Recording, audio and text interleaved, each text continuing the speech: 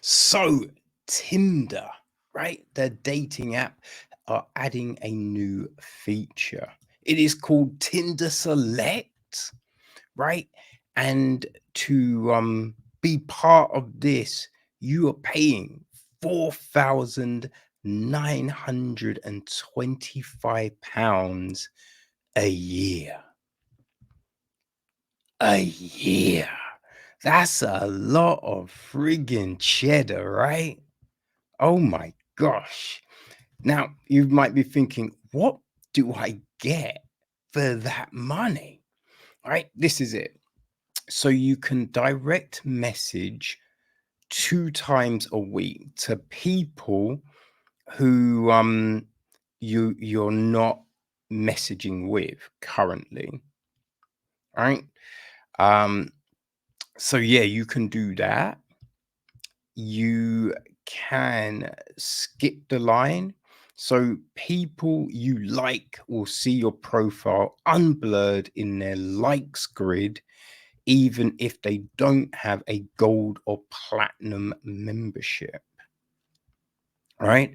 And you then stay a priority on their likes grid.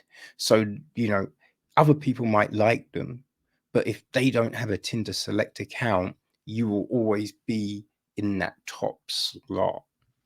Right. You get a special status. So, like on LinkedIn, you have that thing around your photo, you know what I mean? Saying looking for work, recruiting, all of those things, right? You have them on other social medias, like supporting Pride and BLM, and just all of that. So you get one of those to say you are a select member, so everyone knows, right, that you're a mug that paid all that money. You can see and be seen by Tinder's most sought after profiles, right? Um, yeah, you get VIP membership essentially, right? So, yeah, only a few people will be given access to this type of membership. They say 1% of, but like that might not sound like a lot, but when you think about, say, how many people have Tinder memberships, that could still be a lot. You know what I mean? Um, yeah. So you get all of these things, which does make you wonder, is it actually because there are already, you know, what free well, there's 4 memberships, right? The basic membership, there's Tinder Plus, Tinder Gold, and Tinder Platinum. So, with all of those, you get to hide advertisements. Other than, Tinder Basic is just, you know, the standard, like that gives you no, limited likes, limited matching, and all of that. But if you're paying, you get unlimited likes, unlimited rewinds, passport mode, so you can like people in other countries, can hide advertisements. Now, with a gold, you get 5 super likes a week, 1 boost a month. You can see who likes you, right? So if you like the look, you can then like them back and try and connect. And you get top picks every day. Now, if you get a platinum, you also get to message people before liking them, which seems like is a bit like select. So, you know, what's the difference there? You get prioritized likes, and you can, see who you've liked over the last 7 days. Right. So platinum does seem like it's a bit like select, right? Which is all very weird. Now, there are people that are, that think that this new function will put women at risk. So if people can just randomly send messages, that could be putting people at risk. And listen, right? I think obviously there are always risks with anything online, but I don't necessarily think this function is going to put people at more risk than what these apps currently do. Because when you look at these apps, you don't necessarily have to use your real name. You definitely don't have to use your own photo. I mean, how many times have you been looking at any of these doting, any of these dating apps or websites, and you're like, wait, that's that's not that, but that's a famous star, right? That's a musician, that's an actor, that's like, they people use all random photos. Also, in the guidelines, when they're like, oh, you can only put up this type of that's rubbish, because there are plenty of photos that you're just like, hold on, that's not meant to be allowed. How did that get through? People don't fill out their profiles. There's so much bullshit on these apps and websites that alone can make it unsafe and dodgy, because you don't know who you are potentially meeting up with. If you've seen a fake photo, I mean, people put photos up from like 20 years ago, 10 years ago. It's all crazy. You know what I mean? So to say this one particular feature is dangerous, I feel you're missing the whole point, right? And focusing on the wrong thing, because you should be trying to get these companies to make changes across the board, just on everything, right? On the process of putting up a profile, right?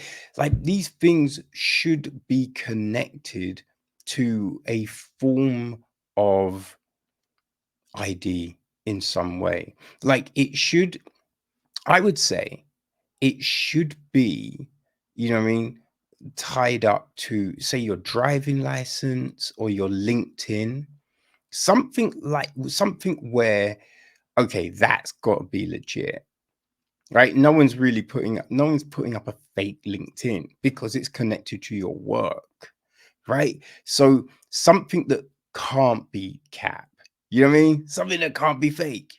That's what you need to do, right? Legitimate photo.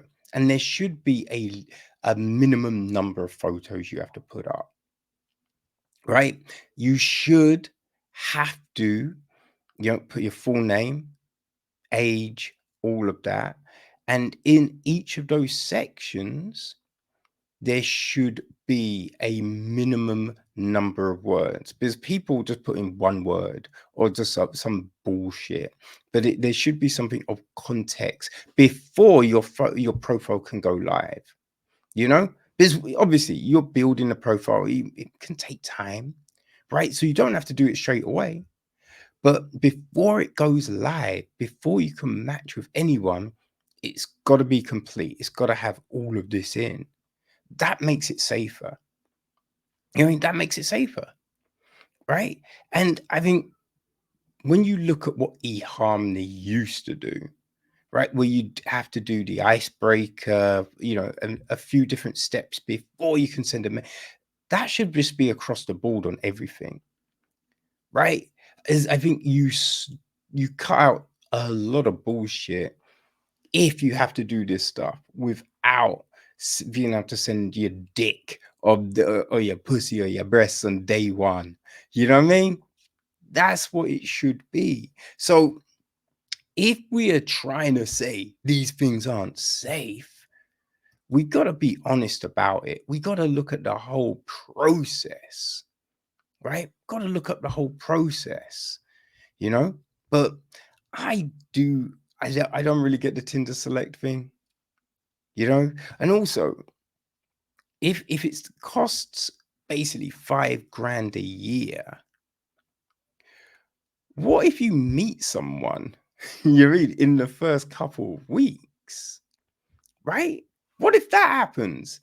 You just paid 5 grand, right? You're 5 grand down.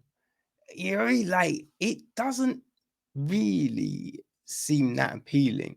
Now, this also saying Tinder is saying that any member can block unsolicited messages. So you can tick in your settings so someone with Tinder Select can't send you a direct message without connecting with them first. So imagine you take out Tinder and everyone's done that. Then it really makes your whole thing pointless, right? Really makes your whole thing pointless. So yeah, this is all weird. It's all weird. I don't get the point of it. And I just think we can definitely make dating things safer.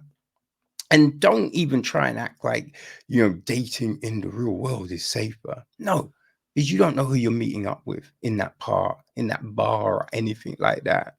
You know, like who was it? There was a famous serial killer who went on the dating show in the States back in the 80s, and the girl who matched with this dude, she thought something was up and she decided to not go on the date, which is lucky because if she did, she'd be dead, right? So meeting up with people anywhere can be sus. You know what I mean? So it's not just an online thing, but yo, we need to be more honest when we're talking about trying to make things safe online. And people, use your money wisely, man. Paying 5 grand for Tinder Select, you crazy?